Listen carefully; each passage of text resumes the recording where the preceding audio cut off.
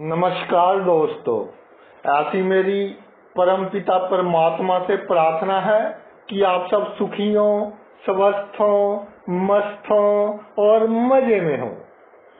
ईश्वर आप पर, आपके परिवार पर अपनी कृपा बनाई रखे और माता रानी आप पर सदा अपनी कृपा दृष्टि रखे।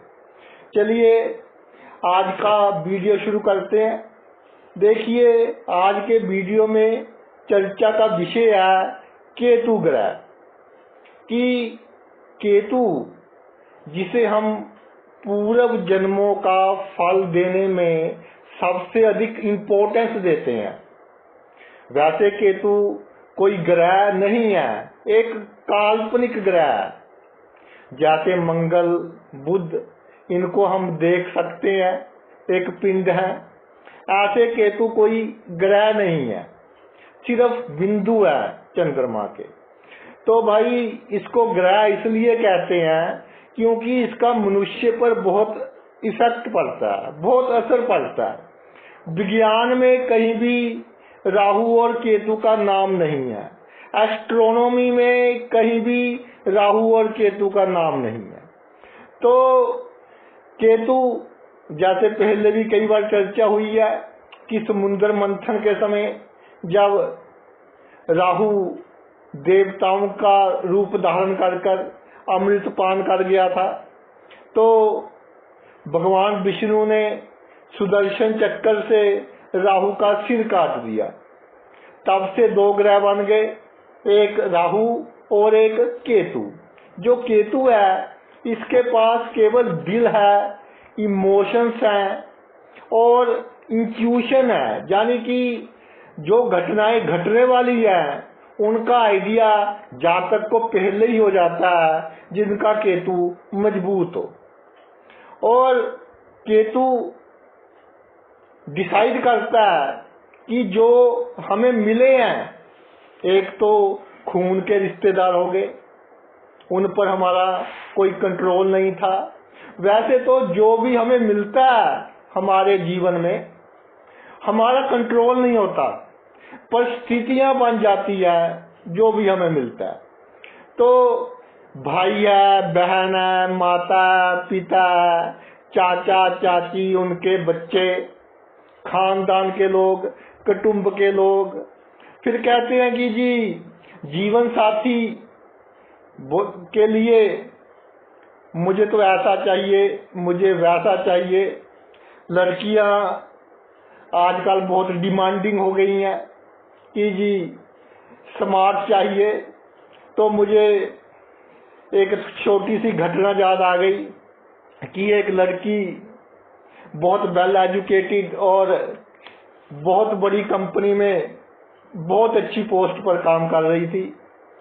तो उसने जब शादी करवानी थी तो कई लड़के देखे, मुझे भी कई कुंडलियां भेजी। तो जब कुंडली भेजती थी तो बहुत अधिक उसकी कोशिश रहती थी कि मैं जल्दी से जल्दी उसे जवाब दूं। पेशेंस नहीं था, एक ईगो थोड़ी अधिक थी। तो एक बार मैंने बोल भी दिया था कि भाई इतनी जल्दी मुझसे काम नहीं होता, समय का बहुत अभाव है।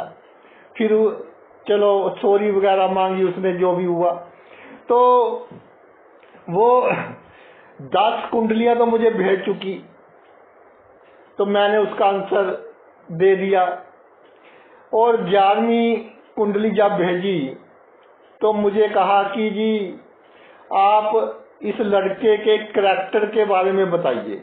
मैंने कहा कैरेक्टर अच्छा है, अगर डेट ऑफ बर्थ सही है तो कैरेक्टर अच्छा है। देखिए, कुंडली मिलाने में सबसे बड़ी प्रॉब्लम यही रहती है कि 80% केसेस में या तो लड़के का डाटा ठीक नहीं होता या लड़की का डाटा ठीक नहीं होता। तो कुंडली मैच कैसे करें हम, ये प्रॉब्लम आ जाती है। इसलिए कोशिश रहती है कि कम से कम की जाए। तो मैंने कहा इस हिसाब से तो भाई आपका ठीक है लड़के का कैरेक्टर। तो उसको मेरी बात पर भी विश्वास नहीं हुआ।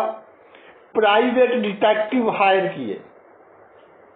प्राइवेट डिटेक्टिव हायर करने के बाद पूरा उसका कहाँ जाता है, क्या खाता है, क्या पीता है, 24/7 सारा कुछ उसका चिट्ठा निकलवा लिया। फिर मुझसे बात की कि सर मैंने ये सब निकलवा लिया, मुझे सब कुछ सही लग रहा है, आप बताइए।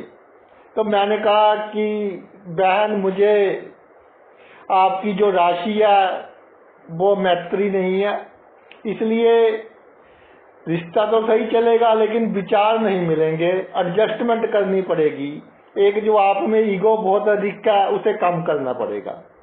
चलो बात खत्म हो गई और समय निकलता गया। तो एक दिन सुबह 5 बजे मुझे फोन आया और छुट्टी का दिन था। बहुत मुझे भी गुस्सा की, सुबह सुबह किसने फोन कर दिया। तो वही लड़की थी कि सर मैं तो सुसाइड करूंगी। मैंने कहा बहन क्या हो गया अब सुबह सुबह। कहती जी जिसके साथ मेरी शादी हुई है उसमें तो अकल ही नहीं है, ना काम करने की अकल है, ना बोलने की अकल है, ना बैठने की अकल है, ना चलने की अकल है, ना सोने की अकल है। मैंने कहा सोने की क्या अकल होगी, जब नींद आ गई अगला सो गया। ईगो बहुत अधिक हो गया। तो कहने का तात्पर्य ये, उनको तो चलो मैंने किसी न किसी तरह दोनों को बिठाकर काउंसलिंग की, दान वगैरह करवाया, अब थोड़ा ट्रैक पर है लाइफ। कहने का तात्पर्य ये कि लड़का 10 देखे उन्हें, उसने 11वें के साथ शादी हुई, जिसका पूरा चिट्ठा निकलवाया प्राइवेट डिटेक्टिव से, कितने ही पैसे दे दिए और सबने कहा जी बहुत अच्छा है, लेकिन बाद में ये प्रॉब्लम। तो वही लड़का उसे क्यों मिला, क्वेश्चन ये है कि वही लड़का उसे क्यों मिला। तो जब अच्छी तरह से कुंडली का अध्ययन किया गया तो मैंने देखा कि उसका जो केतु है वो जिस राशि में है, लड़के का जो मंगल है उसी राशि में है और अशुभ स्थिति में है। अब प्रत्येक राशि के अनुसार चर्चा करते हैं कि जो आपके करीबी हैं, खून के रिश्तेदार हैं, मित्र हैं, उनके साथ आपके संबंध कैसे रहेंगे, उनसे लाभ मिलेगा, हानि होगी, उनके कारण दुख मिलेगा, सुख मिलेगा, कोर्ट केस करने पड़ेंगे, क्या होगा, ये चर्चा करते हैं आज हम। देखिए एक बहुत सीधी बात है। सबसे पहले आप अपनी कुंडली में देखिए कि केतु कहाँ विराजमान है। मान लीजिए केतु 1 नंबर राशि या आपकी 8 नंबर राशि में विराजमान है। इन दोनों का मालिक है मंगल। अब जो आपके आसपास के लोग हैं उनका, जिसको चेक करना है आपने, उनका देखिए मंगल किस राशि में है, किस स्थिति में है। तो मंगल अगर मित्र राशि में हुआ, अच्छी स्थिति में हुआ, शुभ ग्रहों के प्रभाव में हुआ, तो मंगल क्या फल देगा। मान लीजिए मंगल आपका जहां पड़ा है पंचम राशि में, आपके दूसरे जिसके साथ कंपेयर कर रहे हैं, ये वाला है जिसके साथ हम कंपेयर कर रहे हैं। मान लीजिए आपका कोई भाई है, तो आपके का केतु पड़ा मेष का और उसका मंगल पड़ा 5वें घर में पड़ा सी राशि का, और उसका गुरु पड़ा आपका लगन में। गुरु मंगल को पूर्ण दृष्टि से देख रहा है, मंगल त्रिकोण में पड़ा और इसका मालिक सूर्य वो 10वें भाव में है। तो मंगल के कारण जो आपका भाई है वो आपकी तरक्की में बहुत अधिक भूमिका निभाएगा, क्योंकि मंगल की स्थिति बहुत शुभ हो गई और उसके कारण आप कई तरह की पावर इंजॉय करेंगे लाइफ में, कई तरह के सुख मिलेंगे, आपका मान यश बढ़ेगा और जब भी आप मुसीबत में होंगे उसकी जो छाप है समाज में, बड़े बड़े लोगों के साथ जान पहचान है, उसके कारण आपको बहुत लाभ होगा। अब दूसरा केस लेते हैं कि मान लीजिए आपकी भाई की कुंडली में जो मंगल है वो नीच का है और इस पर शनि की दृष्टि है और राहु जहां है, राहु की पंचम दृष्टि है, शनि की तीसरी दृष्टि है। तो इसका मालिक जो चंद्र है वो मान लीजिए 6ठे भाव में विराजमान हो गया, तो अशुभ हो गया मंगल। तो इस स्थिति में जो आपका भाई है वो अपनी शक्तियों का नाजायज लाभ उठाएगा आपको दुखी करने के लिए, आपकी तरक्की में वो एक प्रॉब्लम क्रिएट करेगा, उसके संबंध आपके साथ अच्छे नहीं होंगे, उसके कारण मन भी दुखी रहेगा और उसके कारण जीवन में घाटा भी पड़ेगा। ये तो एग्जाम्पल होगी कि अगर आपका केतु मेष राशि या वृश्चिक राशि में है तो हमने किसको देखना है? मंगल को देखना है।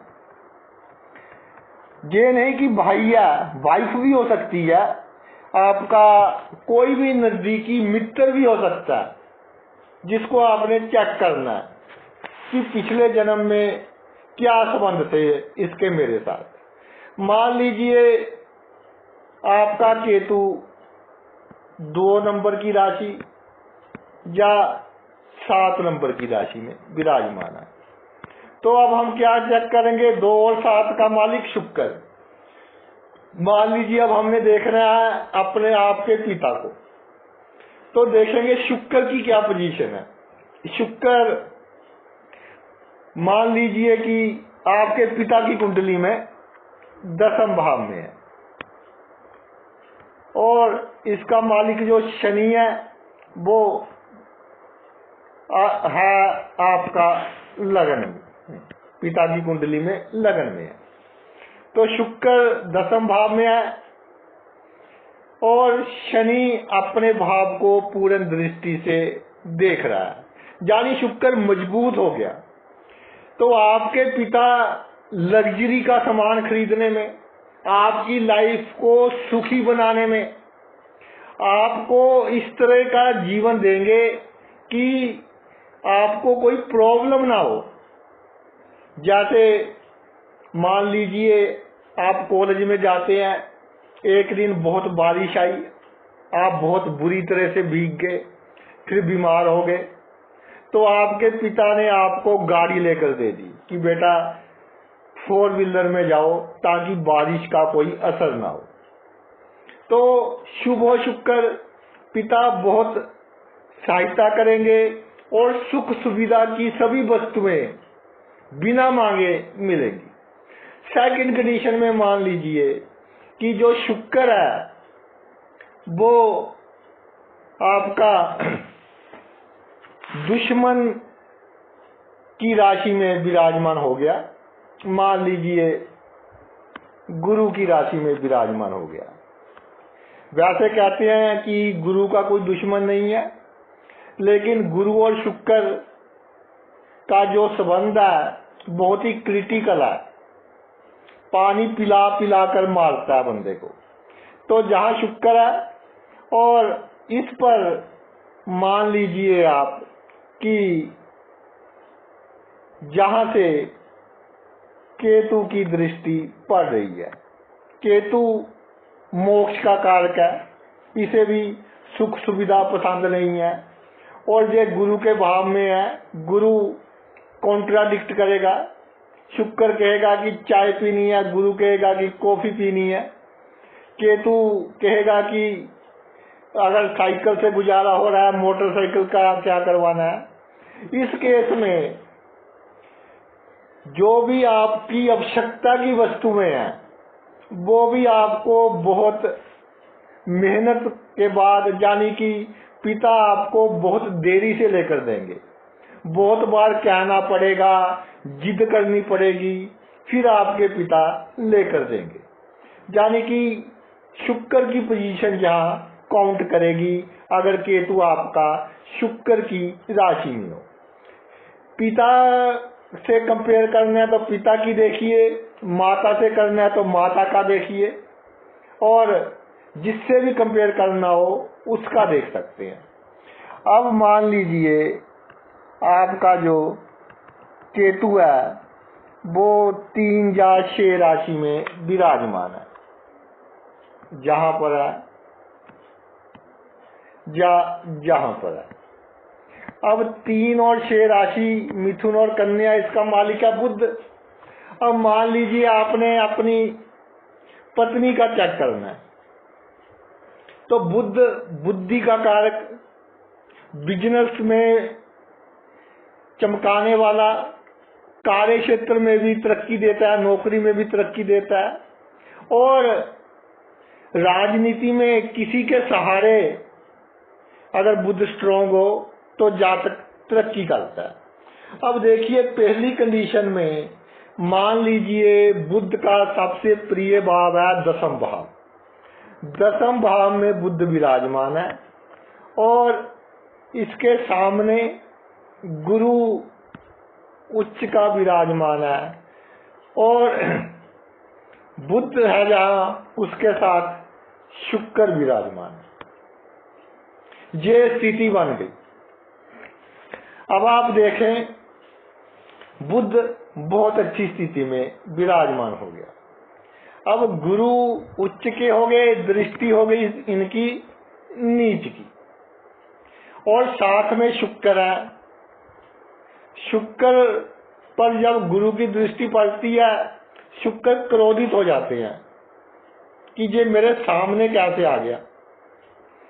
बीच में एक ही बात है, यानी कि चलती गुरु की दिक्कत, क्योंकि शुक्र गुरु की राशि में उच्च के होते हैं, लेकिन दिखावा करना है कि मेरे सामने कैसे है तू।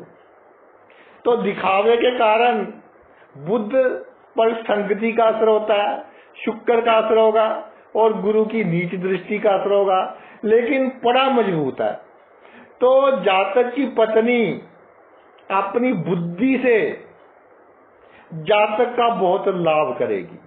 और अगर उसी प्रोफेशन की हो, जैसे दोनों डॉक्टर हैं या दोनों टीचर हैं, कोई कोचिंग इंस्टीट्यूट चला रहे हैं, या एक ही प्रोफेशन है, तो भी अपने दिमाग से जातक की बहुत सहायता करेगी। जब जातक किसी प्रॉब्लम में होगा तब भी बहुत सहायता करेगी। लेकिन जब जातक ने थोड़ा सा भी कोई उल्टी सीधी बात कह दी अपनी पत्नी को या पति को कह दी, जिसकी कुंडली चेक करनी है, अगर लड़की चेक कर रही है अपनी कुंडली, तो भाई फिर मामला बिगड़ जाएगा। फिर अहंकार वाली स्थिति, फिर इसका बुरा कैसे हो, फिर ऐसे ऐसे ताने, क्योंकि बच्चा ग्रह है बुध, ऐसी ऐसी बातें कि पूरे खानदान तक को बीच में खींच लेते हैं कि तेरा बाप भी ऐसा था, तेरी माता भी ऐसी है, और बचपन में कितनी गरीबी देखी है वही आते हैं तुझमें। तो ये एक कॉम्बिनेशन है जो वो एवरेज हो गया। ये मैंने एग्जांपल इसलिए दी है कि सब कुछ देखना पड़ता है। अब मान लीजिए कि बुध की स्थिति अच्छी नहीं है, मान लीजिए आपका जो बुध है वो आ गया 12वें भाव में अपनी नीच राशि में, और बुध के साथ सूर्य भी नहीं है जो कंट्रोल कर सके। सूर्य मान लीजिए जहां आ गया, मान लीजिए अब पत्नी अपने पति की कुंडली देख रही है, ये पत्नी की कुंडली में है और ये पति की कुंडली में है, तो इसका अर्थ ये हुआ कि जो बुध है वो नीच का अकेला 12वें भाव में है। 12वां भाव है एक तो शैया सुख का, यानी कि फिजिकल सेटिस्फैक्शन का। तो जो पत्नी है वो अपने पति से जितनी सेटिस्फैक्शन चाहती है उसको उससे कम प्राप्त होगी। दूसरा ये है खर्च का, जो खर्च वो करना चाहती है जिस वस्तु पर, उसके पति की कंसेंट नहीं होगी। अगर करेगी भी तो बहसबाजी या पति से उल्ट जाकर। अब 12वां भाव है गुप्त शक्तियों का, जहां एक लाभ देगा ये बुध, चाहे नीच का है, कि जब पति एक्सट्रीम प्रॉब्लम में होगा तो इसके भाग्य के कारण गुप्त शक्तियां उसके पति की सहायता करेंगी और उसको मुसीबत में से निकालेंगी। अब ये भाव है बीमारियों का भी है, हॉस्पिटलाइजेशन का भी है। अगर पति को दवाइयों पर अधिक खर्च करना पड़ रहा हो, किसी उम्र में पड़ेगा, 50 में पड़ सकता है, 55 में पड़ सकता है, तो दवाइयों का दान करना पड़ेगा तो लाभ होगा। तो ऐसे हमने बुध को चेक कर लिया। अब मान लीजिए जो केतु है वो 4 नंबर की राशि में है, क्योंकि चंद्रमा एक ही राशि का मालिक होता है।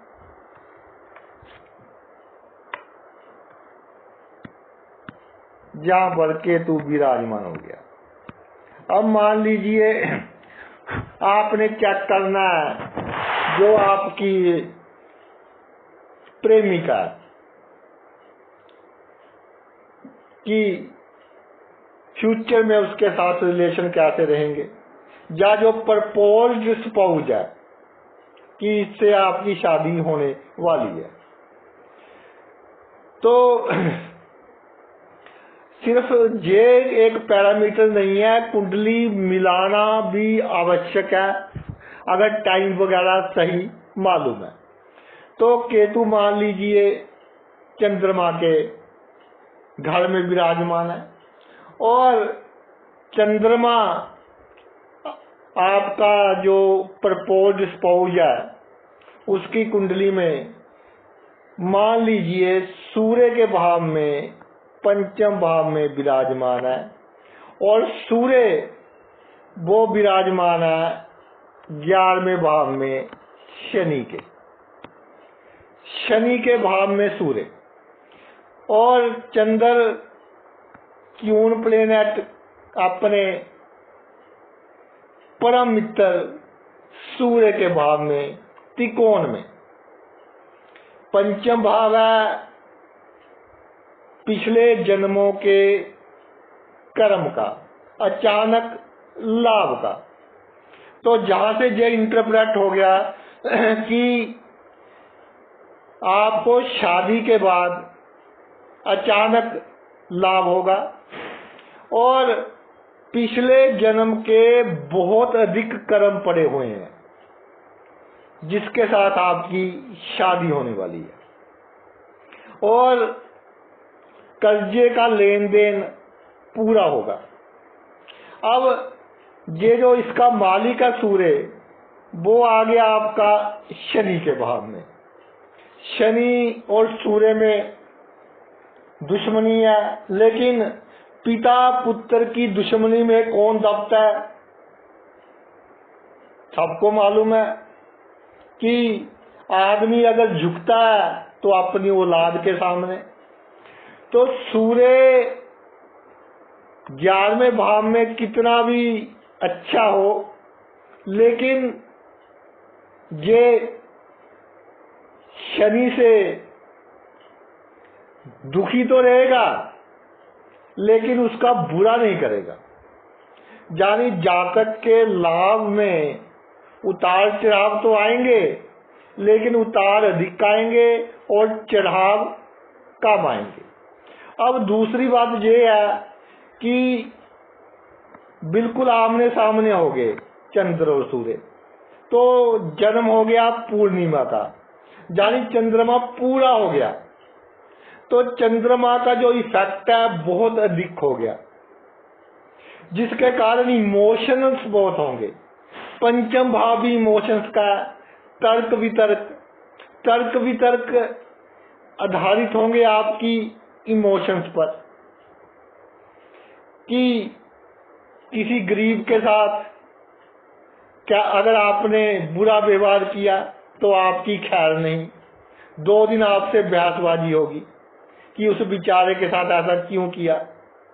और अगर आपने जाने अनजाने कोई कड़वी बात कह दी तो मानी मन में जो आपकी प्रपोज्ड स्पाउस है, जिसके साथ शादी होने वाली है, उसका जिक्र है, वो दुखी होती रहेगी और 2 दिन में अपना ब्लड प्रेशर हाई लो कर लेगी या कर लेगा।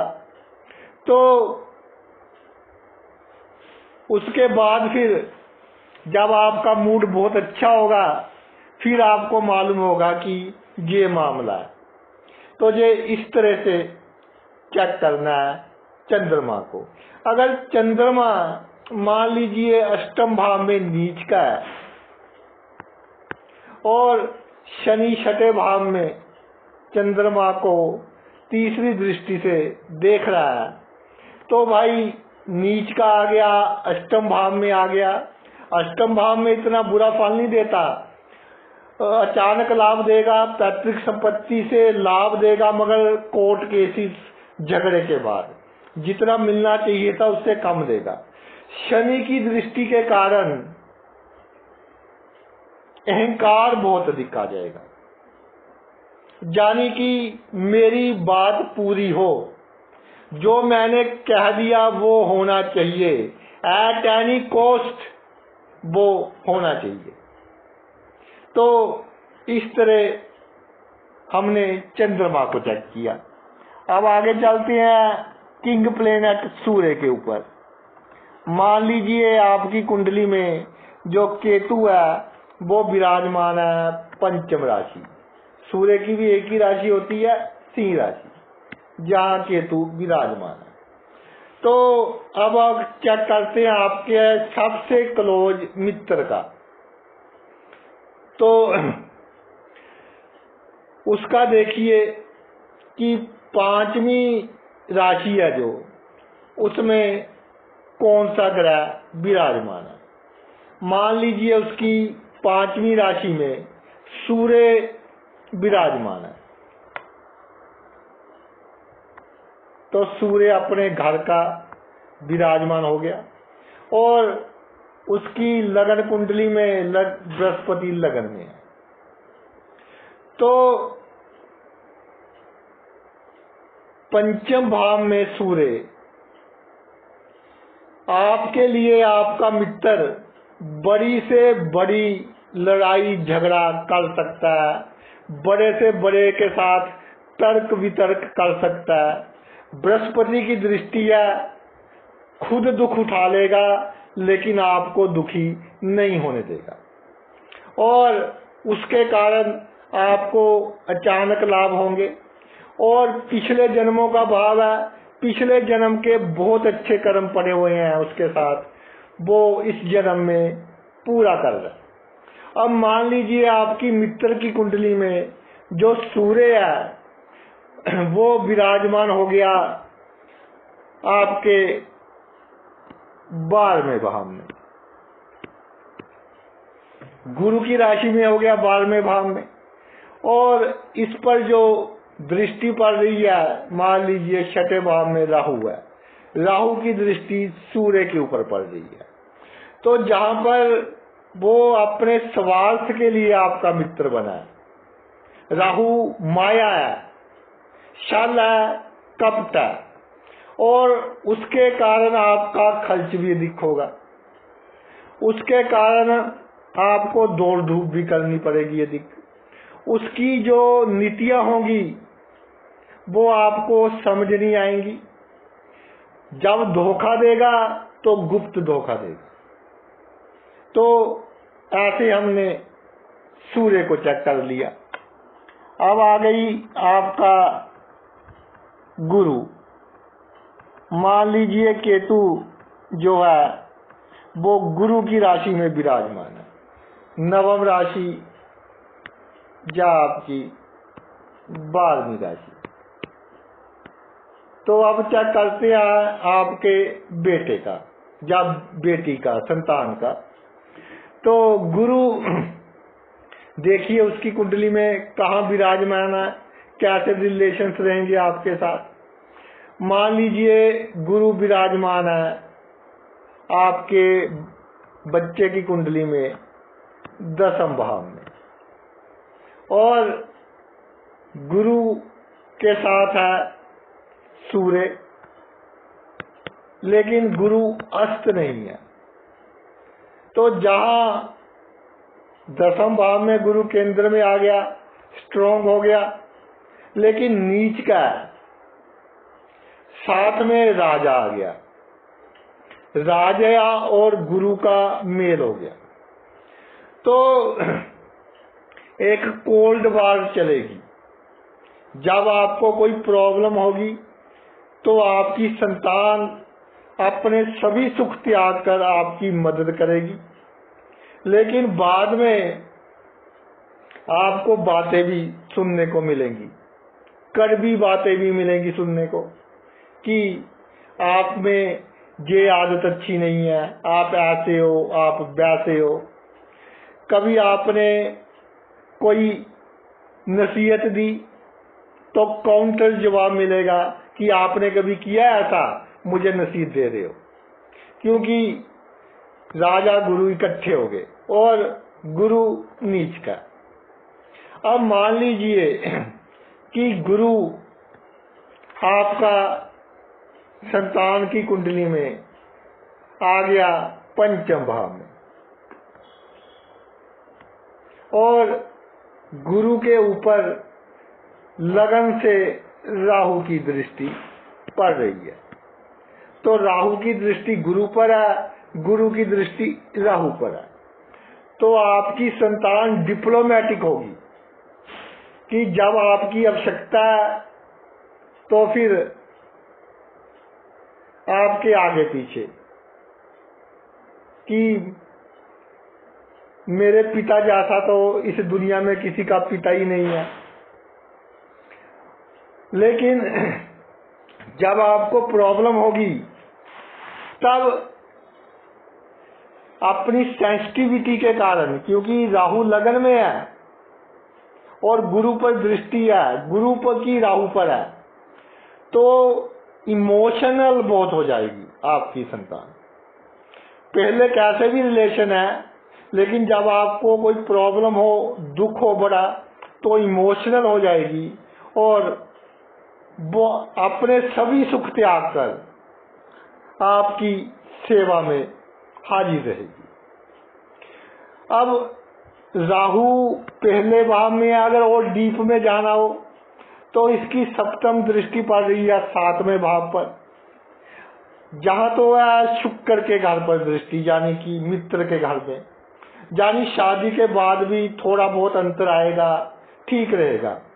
मान लीजिए जहाँ 5 नंबर राशि होती सूर्य की, तो फिर शादी के बाद एक दूसरे का ईगो सेटिस्फाई नहीं होना था। ये ठीक है कि संतान सेंसिटिविटी के कारण खुद फंस जाती बीच में पत्नी और आपके विचारों के, लेकिन आपके खिलाफ नहीं होना था, मगर दुखी रहते आप दोनों थोड़ा सा। अब बात करते हैं, आखिरी राशियां बची हैं दो, 10वीं और 11वीं। इसमें अगर केतु विराजमान हो,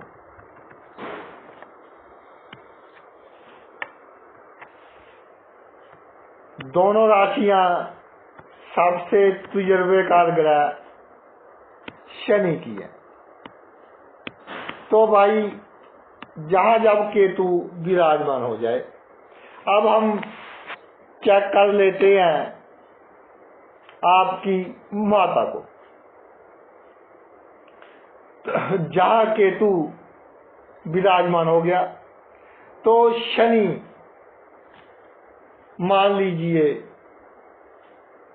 कि छठे भाव में आपकी माता की कुंडली में, और जो बुध है वो लगन में। छठे भाव का शनि आपको प्रैक्टिकल बनाएगी आपकी माता, यानी इस तरह के संस्कार कि लाड प्यार अधिक नहीं,